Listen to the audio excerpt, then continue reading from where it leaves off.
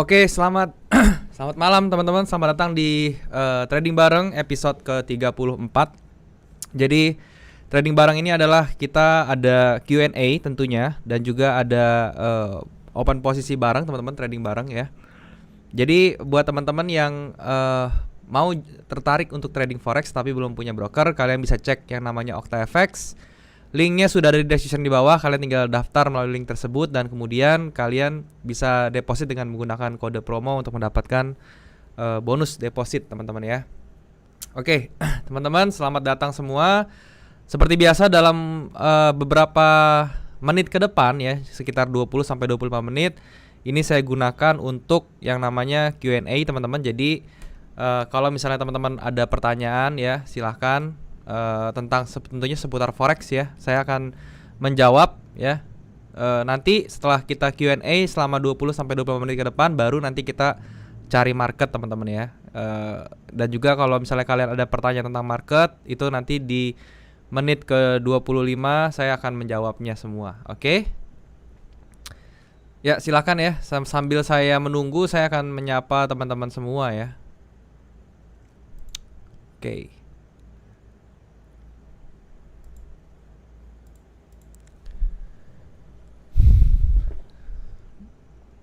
Halo Mas Daryl, saya ada 2 pertanyaan. Bagaimana cara menentukan take profit yang benar dan bagaimana cara menentukan entry ketika ada 2 news penting yang rilis bersamaan? Terima kasih. Kalau misalnya ada news ya, newsnya itu lihat pertama di compare dulu impactnya gedean mana ya. Terus yang kedua dilihat dari regionnya. Jadi biasanya kalau regionnya semakin besar itu impactnya akan lebih besar. Misalnya euro dibandingkan dengan Swiss gitu ya, Swiss franc, itu pasti euro akan lebih berimpact daripada si Swiss kayak gitu dari kekuatan mata uangnya gitu. Tapi bisa di-compare juga dengan mata uang yang lain ya. Kalau misalnya kita lihat nih euro keluar berita merah gitu ya. Terus si Swiss franc juga merah ya. Tapi kita lihat Swiss franc berbanding USD gimana, euro berbanding USD gimana ya. Nanti itu bisa kelihatan juga. Untuk target profit bisa menggunakan sesimpel rasio 1:1 ya, misalnya kayak gini ya.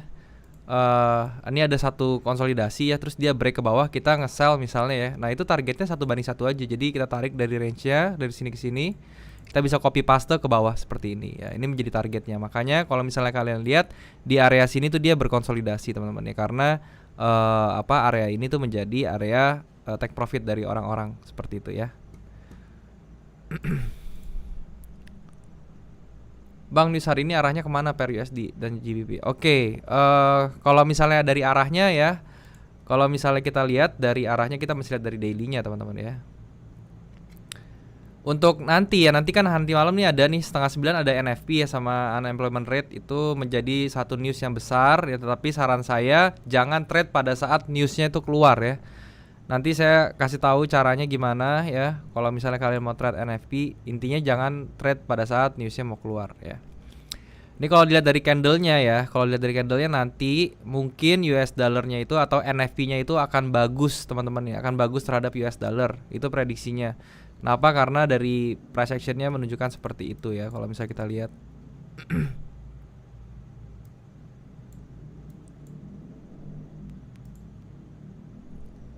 Bisa jadi dia newsnya itu yang keluar tuh akan membuat US dollar tuh menguat.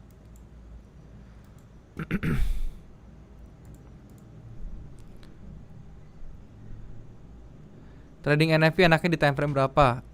Bebas sih, kalau saya biasa di time frame 3M30. Tutorial teknik UFO Bang. Nanti untuk unfilled order saya akan buatnya tuh bukan di YouTube ya, karena itu salah satu teknik yang advance ya teman-teman ya. Gold apakah akan terjun lagi atau akan naik kembali ya? Masih akan turun kayaknya ya untuk gold. Nanti kita lihat lebih detail ya. Bang Daryl mau nanya, kalau di Okta WD tiap hari boleh gak sih? Boleh kok, WD tiap hari gak ada masalah.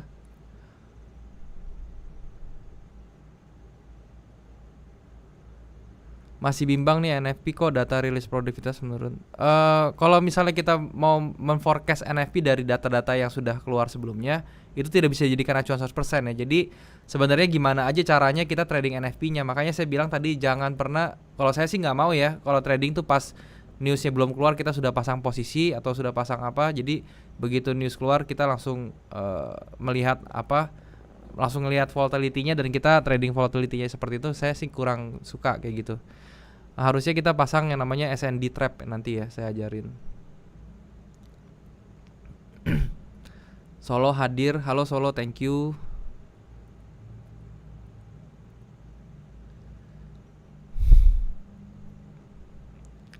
Bang, kalau swing hanya melihat jenis candlestick apakah valid ya Bang ya?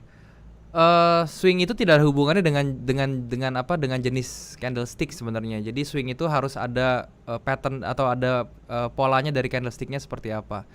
Jadi kalau yang namanya swing itu dia harus ada polanya seperti ini ya, yang seperti ini namanya swing. Jadi ada candle yang sebelumnya seperti ini ya, yang lebih rendah, terus kemudian ada candle paling tinggi, kemudian ada candle yang lebih rendah. Jadi harus ada 3 pattern seperti ini baru dikatakan sebagai swing ya. Ini swing high kebetulan. Kalau swing low ya sebaliknya di bawah sini gitu ya. Jadi ada candle, tetap ada 3 candle yang harus diperhatikan. Candle yang lebih rendah, yang lebih sebelumnya yang lebih tinggi kalau swing low ya. Kalau misalnya terus kemudian ada yang paling rendah dan kemudian ada yang lebih tinggi lagi. Ini jadi swing low seperti itu. Itu untuk swing, jadi nggak ada hubungannya sama candle sebenarnya, nggak ada hubungannya sama jenis candle.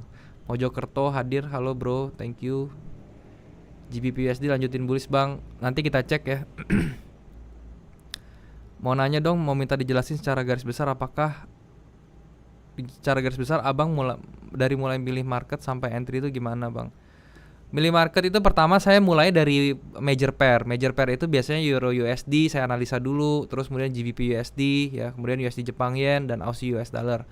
Pokoknya major pair itu saya analisa, saya lihat tendensinya gimana. Dari nanti kalau misalnya kita sudah analisa 4 itu sudah kelihatan nih mulai nanti mata uang mana yang kira-kira lagi lebih kuat dari yang lainnya, GBP ya. Kemudian baru saya compare ke cross rate gitu loh. Cross rate itu maksudnya yang Euro Jepang Yen ya, terus kemudian GBP Euro GBP gitu ya. Yang cross itu baru nanti saya combine seperti itu. Nanti pertama saya selalu mulai analisa itu dari H4 pokoknya. H4 itu saya melihat gambaran besarnya seperti apa, baru nanti di M30-nya ketika saya sudah dapat gambarannya seperti apa di M30-nya baru saya nanti cari momentumnya bagaimana gitu ya. Sesimpel itu aja sih.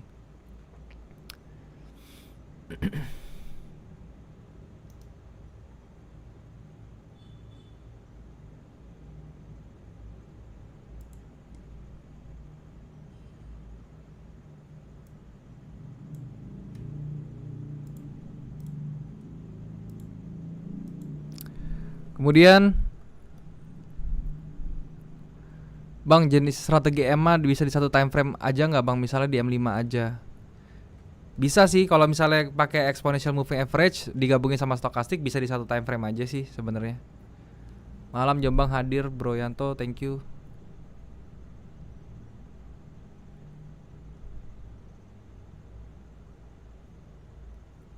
Banjarmasin hadir, Bro Muhammad Syakir, thank you. Jogja hadir, Bro Ronaldo, thank you. Balikpapan, Bro Iwan, thank you. Bang, bagaimana OP dalam flag limit dan FTR, perbedaan FTR dan flag limit? Untuk flag limit ya, itu seperti biasa aja sih sebenarnya kalau misalnya entry di pattern flag seperti itu ya. Jadi kalau misalnya saya pribadi sih saya sebenarnya tinggal melihat tren garis besarnya aja seperti apa gitu kan. Kalau misalnya trennya itu mendukung ya udah kita bisa tradingnya tuh di breakoutnya. Kemudian kalau misalnya dia kurang mendukung ya kadang-kadang tuh flag itu suka muncul di pattern-pattern ya di kondisi tren yang berlawanan gitu. Jadi itu saya nggak akan gubris sih seperti itu ya. Makassar hadir, thank you.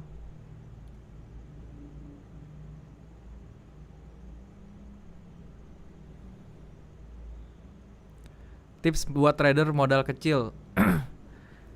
Tips trader modal kecil itu harus lebih sering trade sih menurut saya sih ya. Jadi kalau misalnya trade-nya itu harus lebih sering dan kemudian yang kedua tetap MM-nya itu tetap dijaga, jangan mentang-mentang modalnya kecil jadi MM-nya berantakan gitu loh. Seperti itu sih intinya. Tetap balik lagi ke manajemennya itu harus bagus. Berapa lama Bang belajar trading dan mulai belajar dari mana dahulu untuk memulai trading? Dulu saya belajarnya otodidak ya. Jadi saya dulu mulainya dari buku-buku yang ada di Gramedia ya, saya beliin semua terus saya bacain ya. Kalau misalnya berapa lama belajar trading sih dari tahun 2008 2009 ya, sampai sekarang pun masih belajar sebenarnya. Yang paling penting dipelajari dalam waktu trading itu adalah kalau teknik ya, itu dari tren dulu ya, dari tren dulu kemudian baru ke momentum. Intinya harus ada harus ada pilarnya dulu yang harus dilalui masing-masing. Yang pertama tuh harus tren, baru momentum, baru yang lain-lainnya gitu ya. Fibonacci beneran akurat nggak? Tergantung pakainya gimana ya. Jadi Fibonacci itu sebenarnya harus ada tahu cara pakai yang benar ya. Bisa tonton di video saya gitu. Saya udah kasih tahu. Bang itu pakai EMA EMA berapa? Saya pakai EMA 21 dan juga 90 di sini.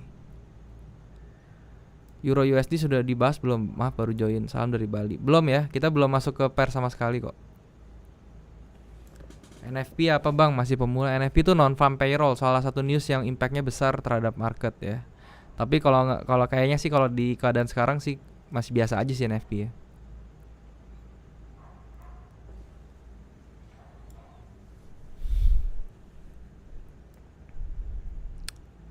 Papua hadir luar biasa, Purwakarta hadir, Jogja hadir, Ponorogo luar biasa.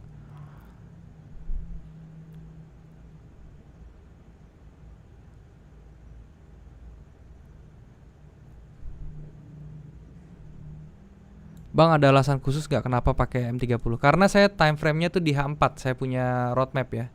Jadi karena roadmap saya di H4, saya pakainya tuh di M30.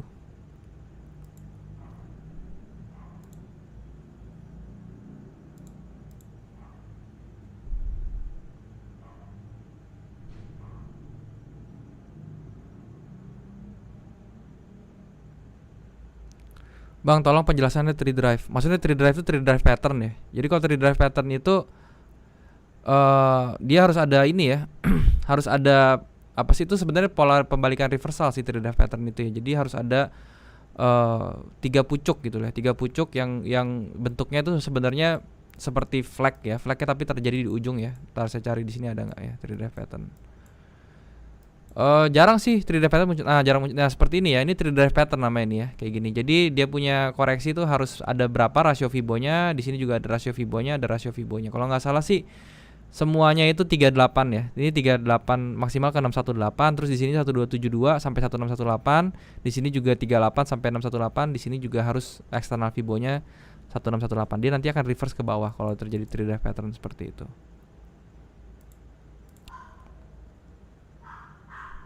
Bengkulu hadir.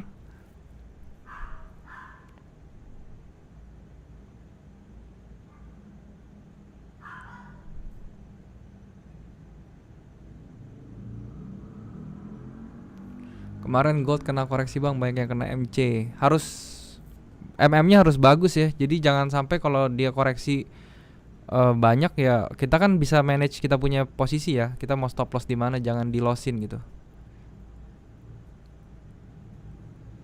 Bagaimana cara menentukan key level? Key level itu sebenarnya major support aja sih, major support resistance ya. Jadi untuk nentuinnya ya kita tinggal cari aja di mana dia punya apa major support dan resistance-nya seperti itu.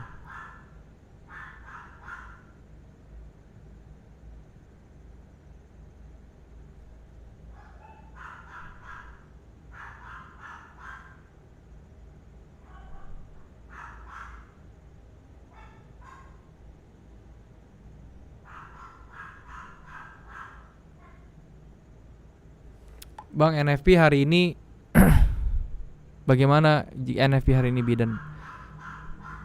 Harusnya sih membaik ya NFP-nya ya, hijau gitu loh. Cuma nanti kita lihat aja ya.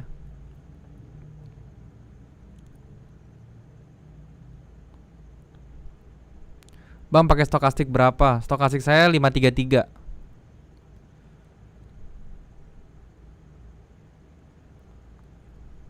Cara ngatur MM yang baik. Pertama harus tahu risk profile kita berapa. Kita risk profile-nya itu low risk ya, medium risk atau high risk. Kalau low risk itu 2-3% resiko kita. Kemudian kalau medium risk itu 3-5%. Terus kemudian kalau yang high risk itu bisa 6-10%. Jadi tinggal ditentuin aja seperti apa. Nanti baru MM-nya menyesuaikan dari risk profile tersebut ya. Jadi kalau misalnya kita risk profile low risk, ya hitung aja dari modal awal 10.000 US misalnya.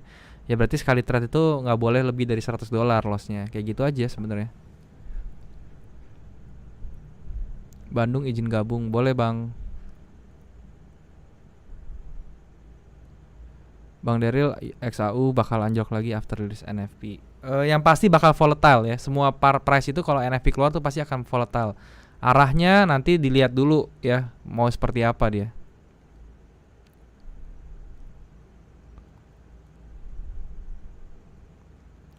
Bang, SL sama TP itu apakah harus kena? Ya harus ya. Maksudnya boleh aja sih kalau misalnya di tengah-tengah kita mau ganti arah, tapi harus ada reason yang kuat ya kenapa kita mau tutup atau close maksimal gitu loh. Jadi intinya seperti itu. Kalau misalnya mau tidak ngikutin TP sama SL kita, mau diganti gitu misalnya, atau mau close manual, kita harus ada reason yang kuat kenapa kita mau close. Karena kalau misalnya kita nggak ada reason yang kuat, nanti bisa jadi nggak disiplin gitu.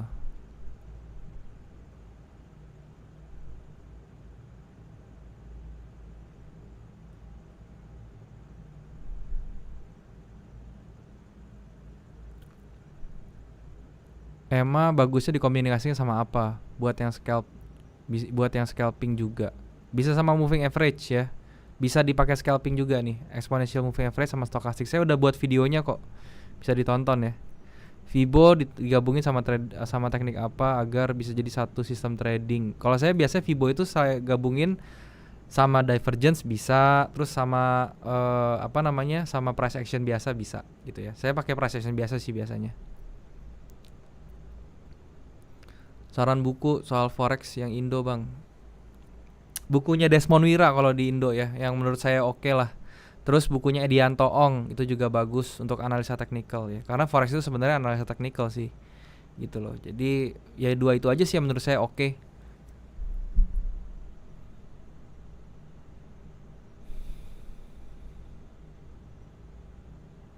Maksudnya risk 2% itu per trade ya? Iya betul, 2% itu per trade ya, dari jumlah saldo awal.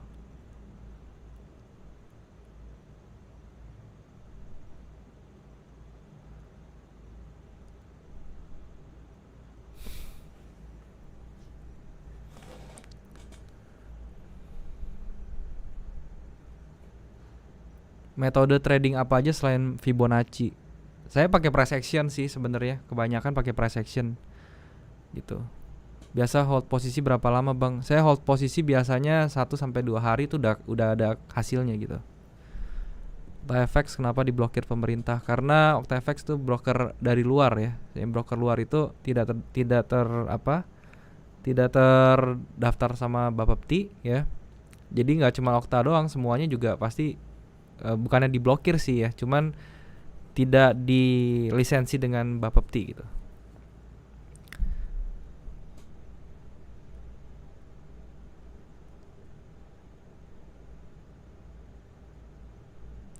Pakai indikator currency strength meter nggak bang? Dulu saya pernah coba lihat pakai, cuman males saya pakai gituan ya, ribet jadinya saya nggak pakai lagi gitu.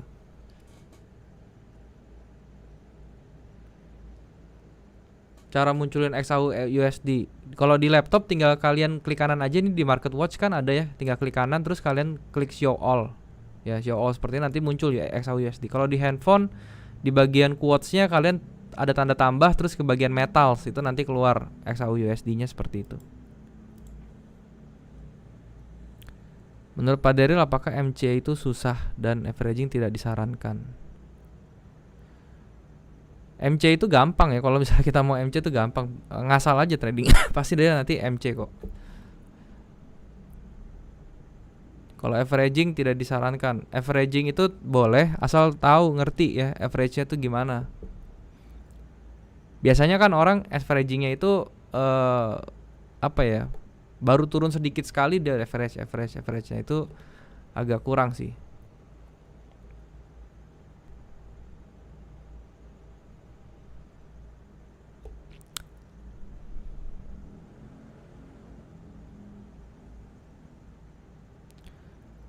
Ada rencana Bapepti nggak sih bang dari Oktanya? Okta itu udah ada yang Bapepti ya, okta.id. Kalau misalnya kalian googling ya, okta.id itu punya Okta Efek apa? Ada itu mungkin ada hubungannya sama Okta Efek juga gitu. Tapi saya nggak tahu ya. Setahu saya sih kalau yang bloker luar tuh nggak ada Bapeptinya memang.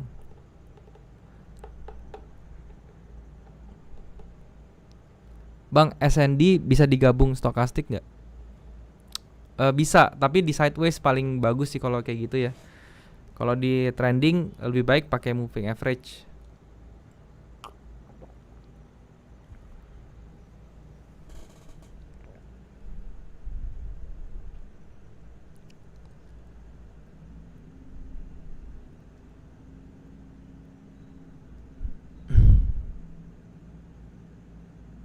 Build up bisa ditemukan di uptrend atau di downtrend selain di sideways. Enggak ya, build up itu saya hanya lihatnya pada saat di sideways saja sih sebenarnya. Pakai EMA berapa? Ini exponential moving average 21 dan 90. Newsnya jam berapa? Jam setengah 9 nanti, setengah 9 malam.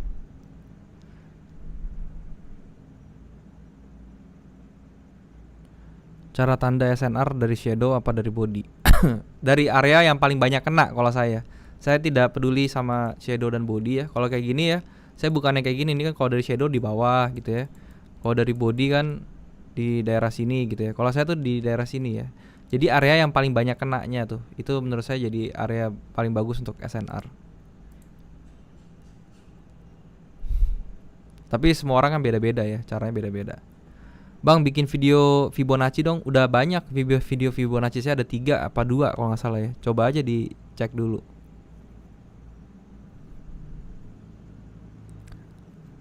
Bang buatin video jelasin guna tool MetaTrader. Udah ada juga guna tool MetaTrader ya. Jadi saya udah pernah bahas tools yang penting di MetaTrader tuh udah saya jelasin deh kalau nggak salah.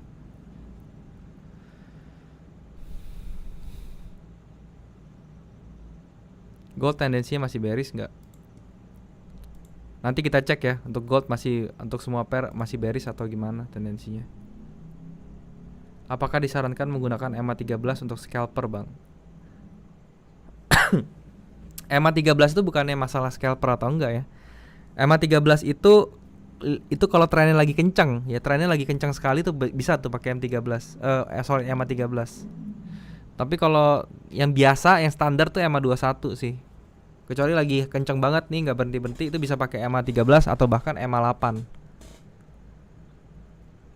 Bang bikin video basic Elliott Wave dong. Ya udah nanti saya bikinin Elliott Wave.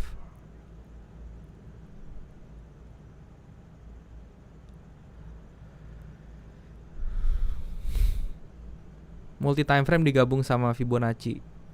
Multi time frame itu nggak cuma sama Fibonacci, sama semuanya itu bisa harus gitu ya.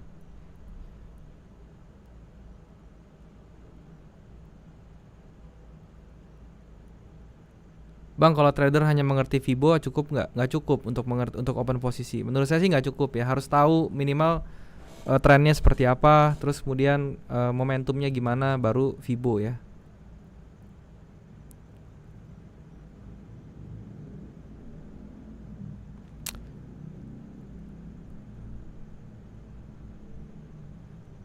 Udah profit belum kena TP, pas di BP tunggu bentar malah kena BP. Ini sering terjadi tuh, kenapa ya? Biasanya trading range-nya terlalu sempit. Yang pertama, yang kedua ya BP-nya kekecilan, maksudnya range-nya kecil juga ya. Intinya sih range sih. Jadi range-nya tuh lihat ya kalau misalnya BP tuh harus gimana.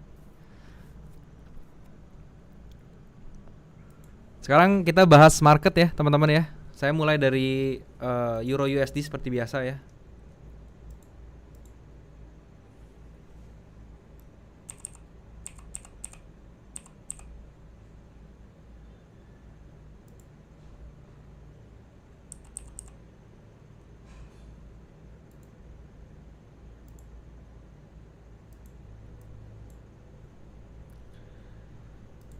Untuk Euro USD, teman-teman ya.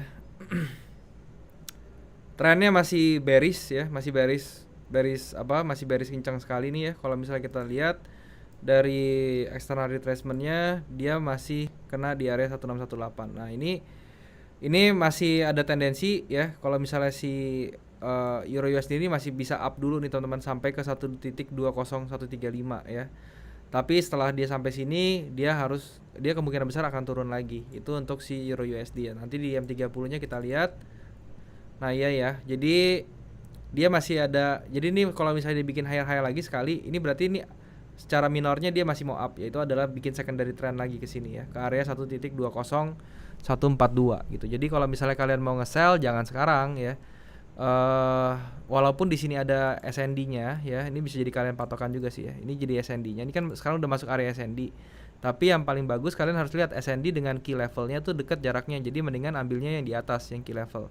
Dan di atas ini juga dia ada unfilled order teman-teman di sini ya. Nah, ini kita juga mesti bisa berpikir bahwa oh ternyata nih ada confluence nih antara si unfilled ordernya dengan key levelnya di sini gitu. Jadi ini bisa dijadikan acuan untuk nge-sell di area USD sini.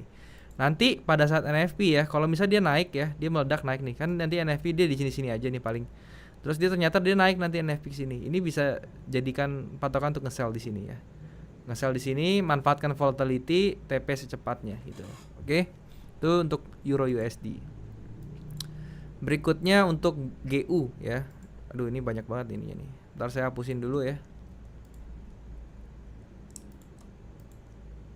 Nah.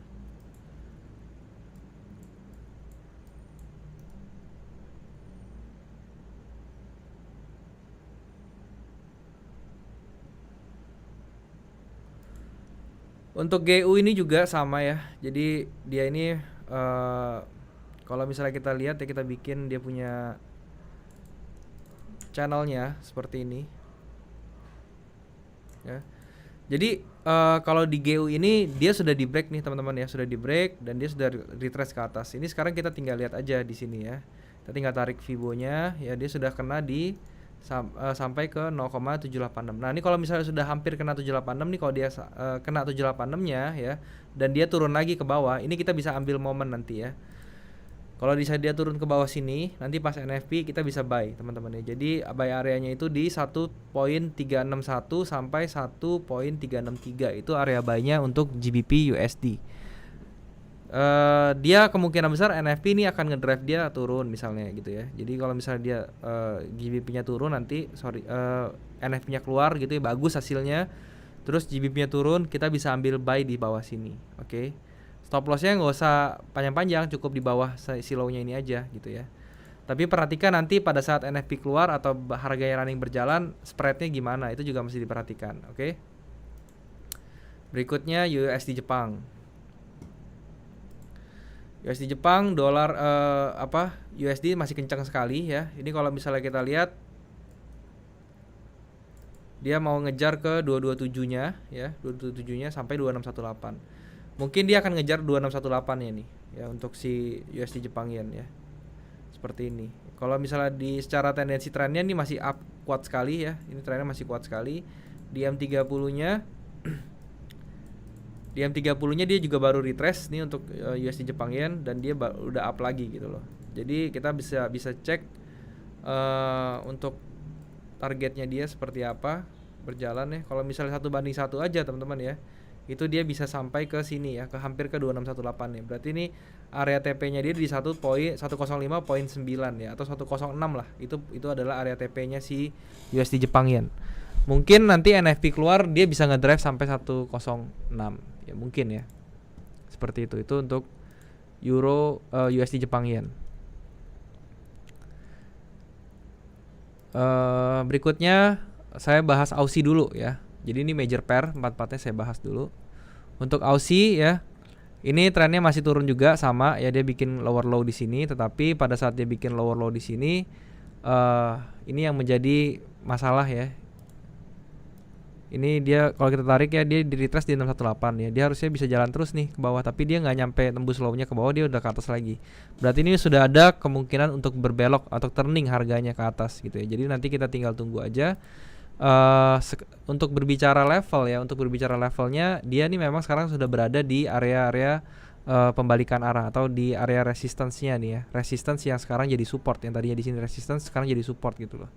Dan dia masih berkutat di area-area sini aja gitu ya.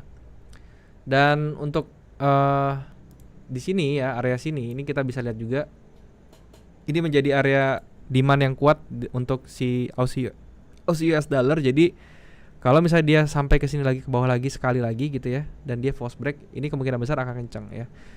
Kalau misalnya kalian sabar ya, kalian tunggu aja dia masuk ke area sini lagi baru ambil buy untuk Aussie USD gitu loh. Tapi untuk di M30-nya kita lihat di M30-nya masih memegang di sini ya. Ini ada area supply-nya juga ya. Ini kita lihat dia masuk harga area supply-nya, dia turun ke bawah. Tapi di bawah ini juga kita harus jagain ya. Kenapa? Karena di bawah sini juga banyak area demand di sini ya. Jadi intinya kemungkinan besar sih ya. Ini kan dia sudah ada sorry sebentar. Oh, ini nggak ada divergence sih. Jadi ini masih aman ya. Jadi kalau ini ada divergence ya, ini pada saat retest ini kita bisa ambil nih ke atas nih teman-teman ya. Bisa buy di sini. Tetapi ini menurut gua ini masih tendensinya akan tetap ke atas sih Aussie US dollar. Kenapa? Karena dia gagal membentuk new low di sini ya. Jadi untuk kalian yang mau trading Aussie, tunggu sampai sampai dia kena di harga yang bagus di area abu-abu ini untuk ambil buy ya. Jadi tendensi ini memang masih ke atas untuk Aussie US dollar. Berikutnya gold teman-teman ya. Gold ini jadi apa sih? Baik yang ditanyain juga ya. Nah, untuk gold ini ya, ini kan kita tahu ya di sini dia membentuk pattern atau pola seperti ini ya. Nah, seperti ini. Dia sekarang sudah break. Kita tinggal lihat breaknya 1:1-nya di mana ya, seperti ini. Dan dia sudah kena di area sini 1:1-nya ya. Dan dia tercluster ternyata memang. Dan kalau misalnya kita lihat di sini adalah area dari demand-nya di bawah ya. Yang mana dia sudah kena masuk area demand, dia mantul nih teman-teman ya. Tapi kalau kondisinya seperti ini kan, ini kondisinya dilihat ya, dua candle bearish seperti ini ya, kita tandain teman-teman seperti ini ya. Ini menjadi areanya, terus kita garisin tengahnya kita gambar dari area biru ini. Oke. Nah, ini menjadi pivotnya dia nih, pivot bearish powernya dia di sini ya. Jadi kalian lihat sendiri ya, pada saat dia naik ke pivotnya dia reject nih teman-teman ya, karena ini merupakan pivot point dari bearish powernya, dari candle bearish ini. Apakah si XAU ini masih turun? Kalau dilihat dari tren besarnya ya, ini masih tendensinya masih mau turun. Seperti yang saya bilang tadi ya, kemarin saya di minggu lalu ya, saya bilang kalau dia mau turun nih kemungkinan besar 1:1-nya kan di sini ya. Yaitu adalah dia ngejar ke 1741, 1750 lah. Ya, itu dia mau dikejar oleh si XAU-nya seperti itu. Jadi kalau misalnya memang ditanya tendensinya, memang masih mau turun sepertinya. Tapi ini range-nya ini udah terlalu lebar sih ya untuk XAU US dollar. Jadi dia kemungkinan besar akan bergerak di area-area ini dulu ya, sebelum dia mau jebolin ke lebih bawah lagi gitu loh. Jadi mesti ditunggu dulu untuk si XAU USD. Dari M30-nya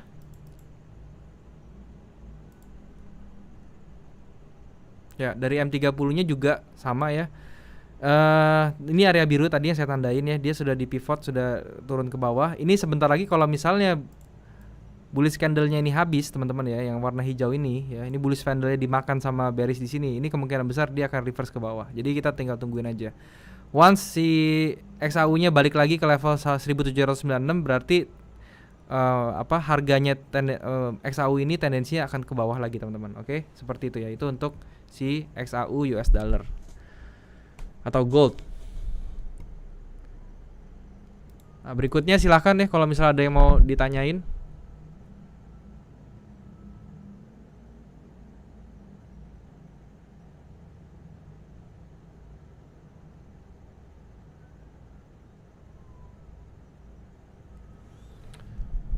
USD CHF, oke, USD CHF ya. USD CHF, oke.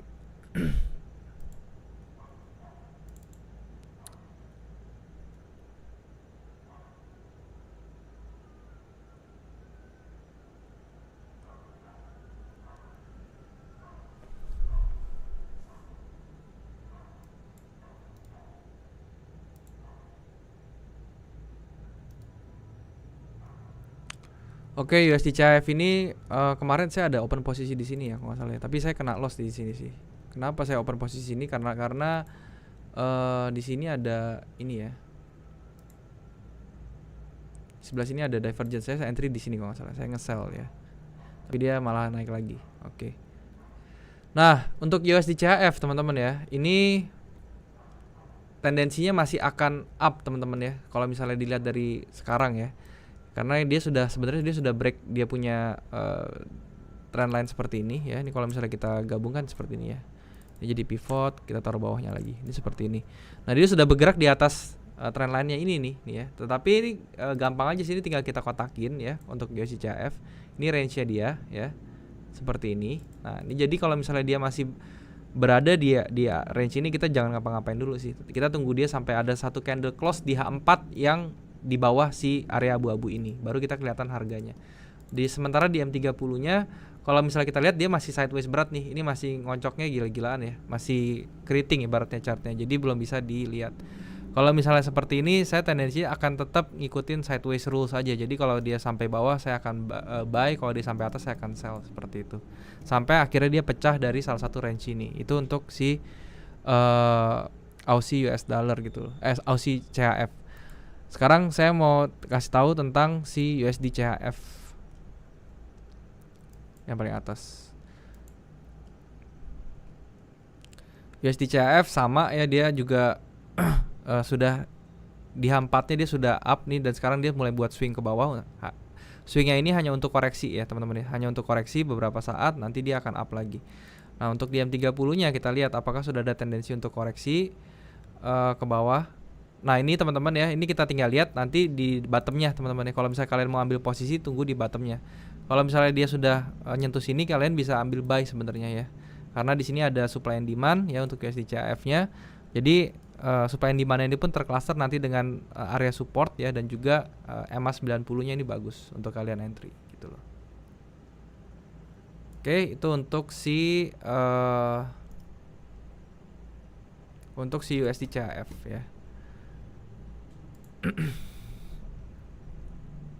GBP USD tadi udah saya bahas, bisa dicek. Gold juga udah dibahas ya. USD Kanada sekarang ya, saya bahas USD Kanada.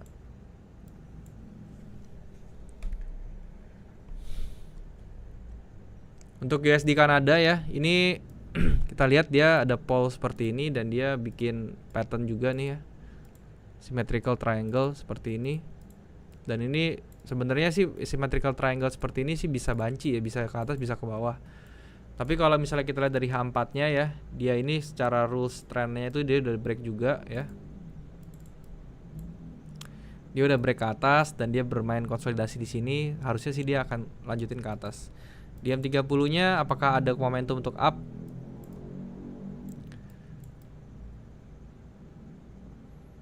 Belum ada teman-teman ya. Jadi ini kita belum bisa konfirmasi dulu untuk buy ya. Kita buy-nya kapan? Kalau misalnya dia sudah break di sebelah sini.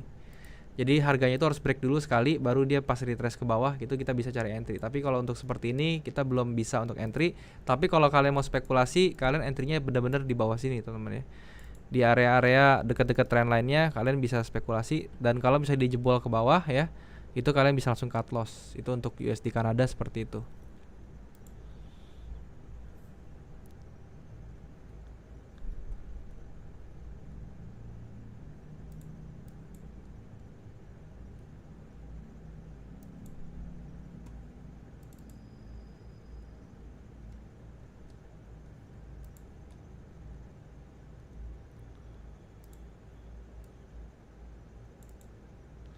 Untuk GBP Jepang Yen ya, GBP Jepang Yen dia mau ngejar 1618-nya ya. Jadi kalau misalnya ini sudah mulai terlihat rejection dari mulai harga 14400 sampai 14470, ini tandanya nih harganya udah mulai ngerem nih. Jadi mungkin begitu kena 1618 dia lebih sedikit, dia akan reverse ke bawah dulu atau akan koreksi. Sampai mana koreksinya? Mungkin bisa sampai di area sini teman-teman ya. 144.00 lagi, dia balik harga ke situ lagi. Jadi kalau mau nge-sell GBP Jepang ya nanti di 1618 itu bisa untuk nge-sell ya. Nah, sekarang saya sekalian cari ya, ini posisi yang bagus itu ada apa enggak.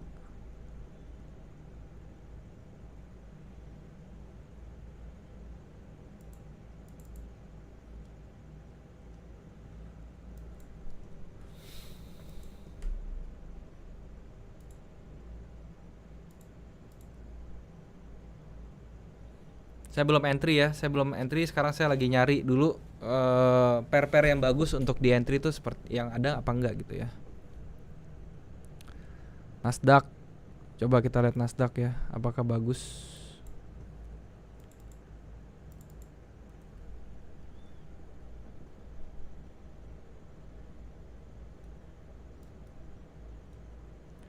Nasdaq ini masih mau up. Kalau udah polanya seperti ini dia kelihatannya masih mau up ya teman-teman ya. Jadi kalau untuk Nasdaq ya, mau Nasdaq tuh ya carinya biasanya tuh buy sekarang teman-teman ya. Selama dia masih berada di atas level ini ya, ini masih tendensinya akan ke buy terus atas. Di M30-nya dia nurut banget nih sama moving average-nya masih bagus ya. Di sini muncul pola reversal tapi belum ya teman-teman ya, ini belum confirm untuk reversal karena masih belum di break neckline-nya. Kita tinggal tunggu nih kalau misalnya dia ada, kita patokan kita di sini aja sebenarnya sih. Di sini ya, di level 13.574. Jadi kalau ada satu candle yang break di sini ya, itu kita bisa ambil sell sih. Nanti pada saat dia reverse kita ambil sell ya di 13.574 di sini. Saya akan cari posisi dulu ya. Sebentar.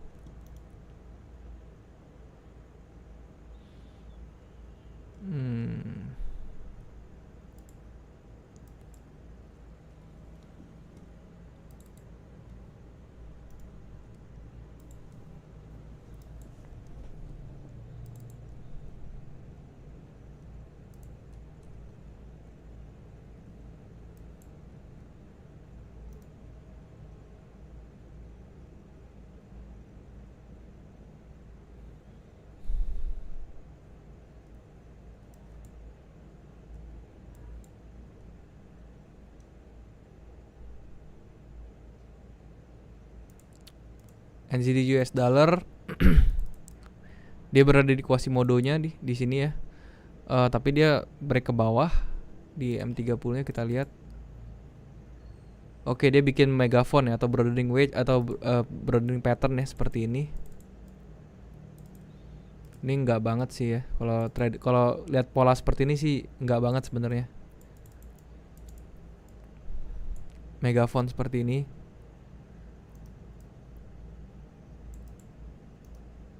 Tapi kalau dari tendensinya nih mungkin akan ke bawah sih NZD USD.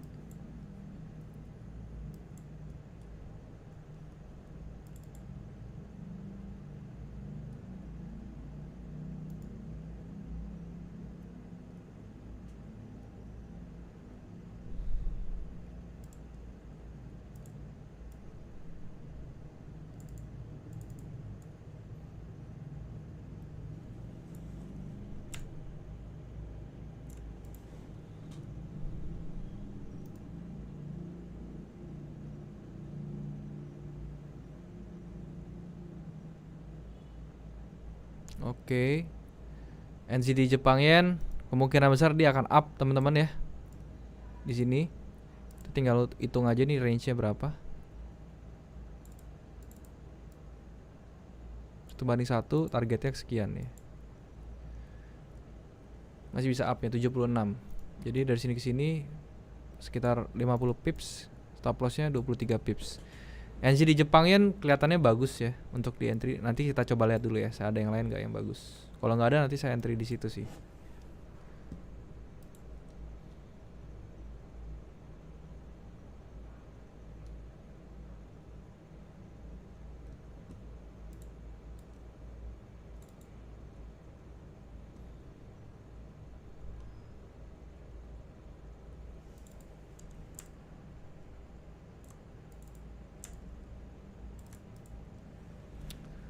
Oke, untuk CHF Jepang ya.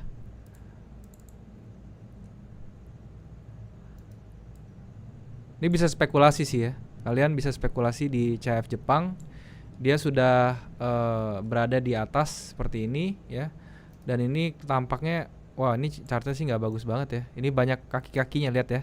Ini banyak shadownya seperti ini dan sekarang dia tiba-tiba kencang ke atas ya. Berarti ini banyak ibaratnya tuh pertarungan antara buyer dan seller di sini, dan akhirnya dia keluar terus dia build up ke atas.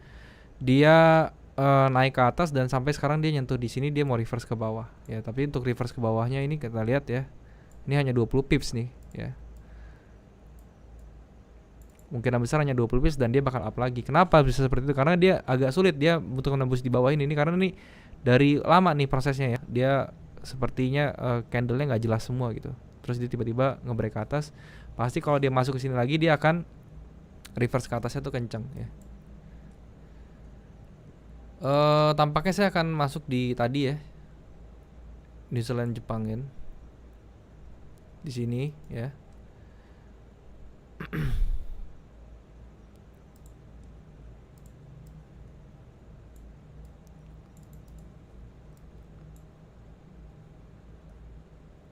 Saya lihat yang lain dulu ya.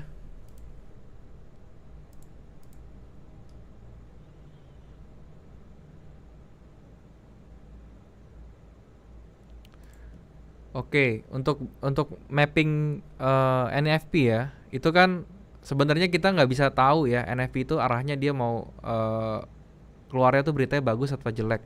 Tapi yang bisa kita lakukan adalah kita bisa taruh SND trap. Maksudnya gimana? Saya sudah jelaskan tadi ya. Misalnya di GU deh ya, di GU nih. Ini bisa bikin SND trap. SND trapnya gimana? Ini saya udah gambarin abu-abu. Jadi begitu newsnya keluar nanti dia ke area abu-abu ini ya. Ini kita bisa nge-buy langsung di sini. Jadi bukannya trading news itu pada saat kita sebelum news keluar kita pasang posisi, tetapi begitu news keluar kita tungguin aja harga mau kemana ya. Masuk ke trap kita nggak di SND trap ini. Kalau masuk kita bisa buy di sini ya. Kalau dia di atas kita cari yang area supply di atas tuh dia di mana gitu. Kayak gitu contohnya. Aussie Jepang.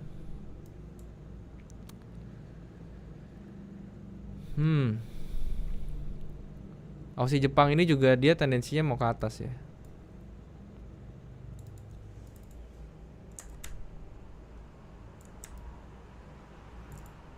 Seperti ini ya.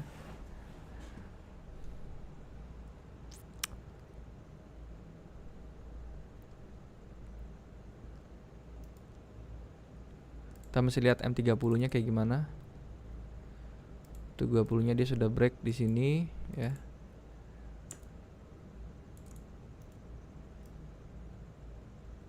Terus 35.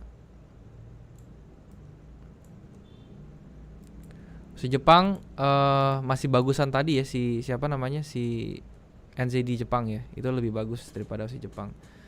Dia ada ibaratnya flag yang sekecil ini ya, tapi poolnya kurang bagus dan dia sudah break flagnya. Harusnya sih dia bisa sampai ke atas sini, top sini nih teman-teman ya. Ini ada top lagi di sini. Ini bisa sampai nih harusnya.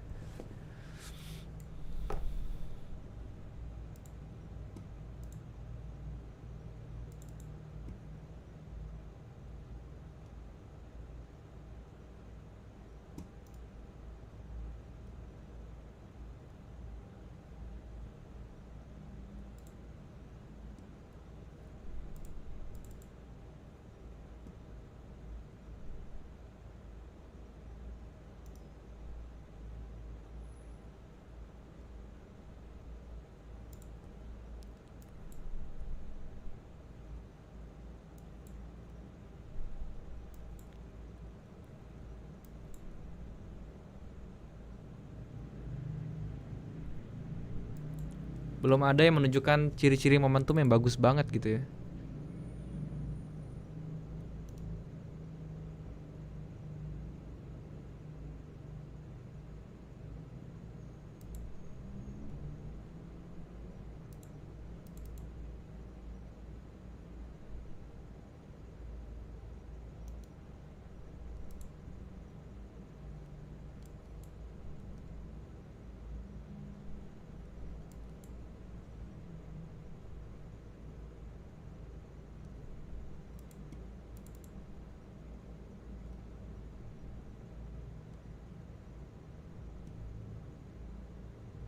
GBP Kanada ini juga bagus sebenarnya ini untuk up. Jadi dia bisa di pump ke atas lagi sekali lagi.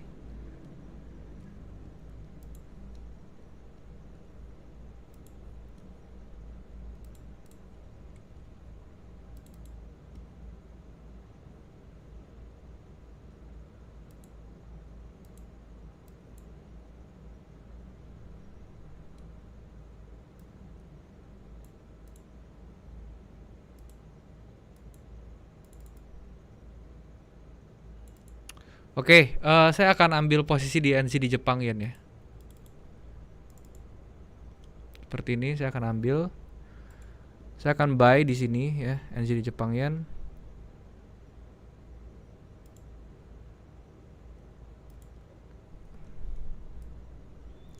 Targetnya saya bisa sampai atas nih, sini ya. 43 pips ya, stop loss saya harus cukup di bawah saja. 1/1,5 risk reward rasionya. Jadi ini kayaknya trade yang bagus nih, NZD Jepang Yen ya. Terus Euro GBP tadi saya kayak lihat juga bagus deh, Euro GBP deh.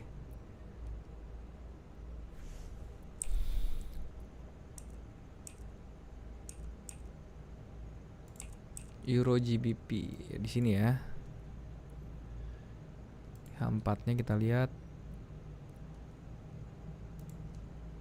Oh bukan Euro GBP tadi apa ya? Euro CHF apa bukan ya?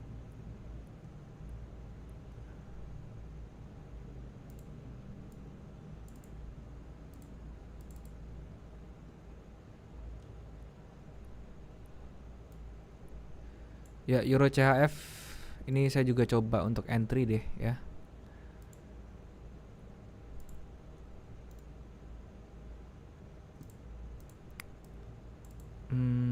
Dia sudah retrace ke sini ya.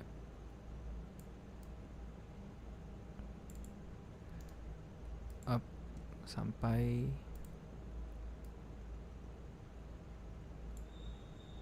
161 di sini, 261 di sini. Oke. Dan kalau dari range-nya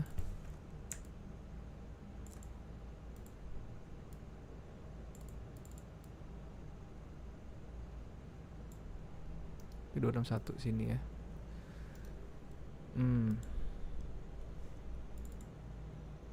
Oke, kalau saya entry sini, oh kecil sekali nih. Ini masih worth it nih untuk diperjuangkan. Kecil ya, ini hanya untuk yang mau scalping aja sebenarnya ya. Kecil banget ya.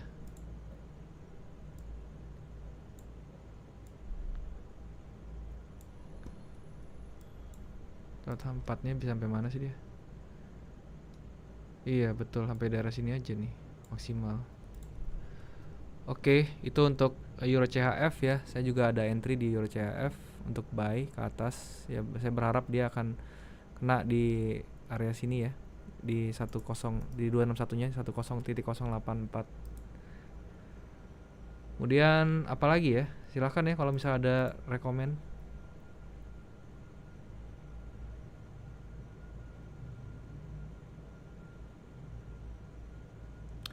Maaf Pak, saya ketinggalan gold, kita standby atau apa? Oke, saya review lagi untuk gold ya.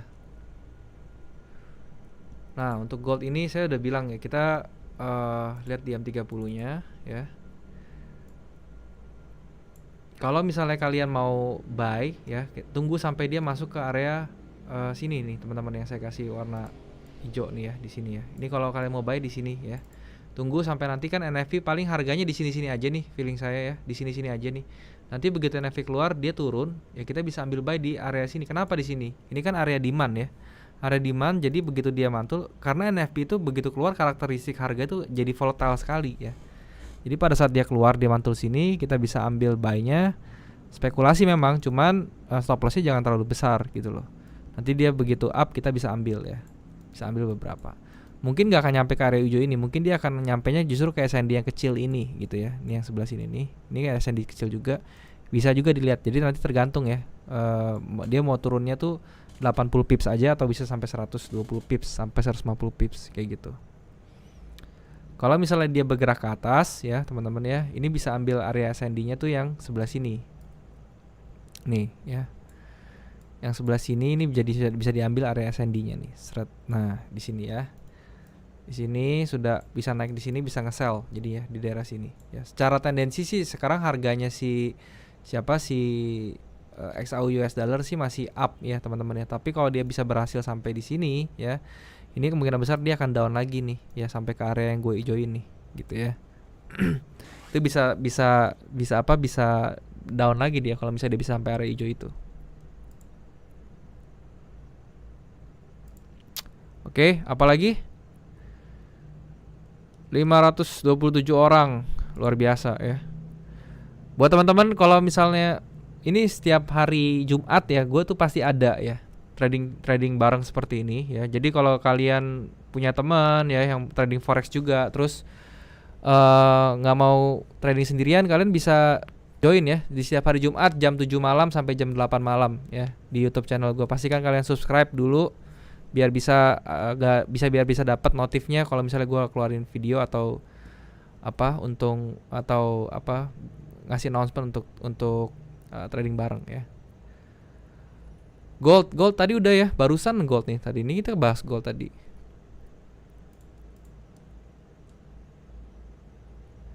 BTC, oke, saya lupa. Menarik nih ya. Kripto ini masih menarik sekali. BTC ini masih up terus ya tendensinya ya. Tendensinya masih up terus. Kenapa? Karena dia memang sudah break di sini ya, dan ini di area resistance nih teman-teman ya. Di area resistance dia masih bergerak di sini-sini aja. Kalau dilihat dari M30-nya ya, kita lihat di dalam sini dia ada descending broadening juga ya, dan dia sudah break sebenarnya. Sekarang dia lagi retrace ke bawah. Ini area buy yang bagus nih untuk BTC ya, di sebelah sini di 37.500-an ya. Di sebelah sini itu masih bagus. Oke. Jadi kemarin harusnya di 37,5 itu dia balik nih teman-teman ya. 37,5 dia balik. Memang dia balik sih, retrace ke bawah kan, dan akhirnya dia sampai ke 36, dia balik lagi ke atas. Terus dia retrace lagi ke bawah. Inilah saatnya kita untuk buy lagi karena dia sudah di atas 37,5. Jadi kalau di 37,5 itu area buy-nya tuh untuk BTC USD bagus banget ya. Bisa sampai berapa nih naiknya? Bisa sampai 40.000 lagi gitu ya. Untuk BTC USD itu seperti itu. Untuk Ethereum sama ya, Ethereum tuh sama juga dengan BTC. Dia udah break juga nih trendline minornya, dia bikin konsolidasi kecil di sini ya. Selama dia masih berada di atas sini ya, 1644, dia tendensi masih up terus. Jadi kalau kalian mau trading ya untuk si ETH ini, kalian bisa buy ya untuk ETH dan juga BTC.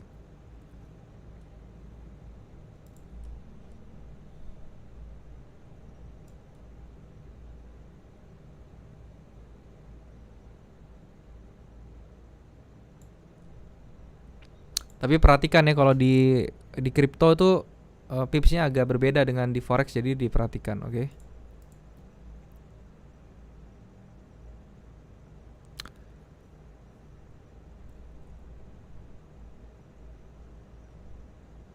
Bang, kalau open di area SND terus kena SL, better counter posisi atau nunggu momentum bagus? Tergantung ya, kalau kalian mau cut and reverse itu harus lihat dulu apakah ada momentum sebaliknya untuk kalian reverse ya.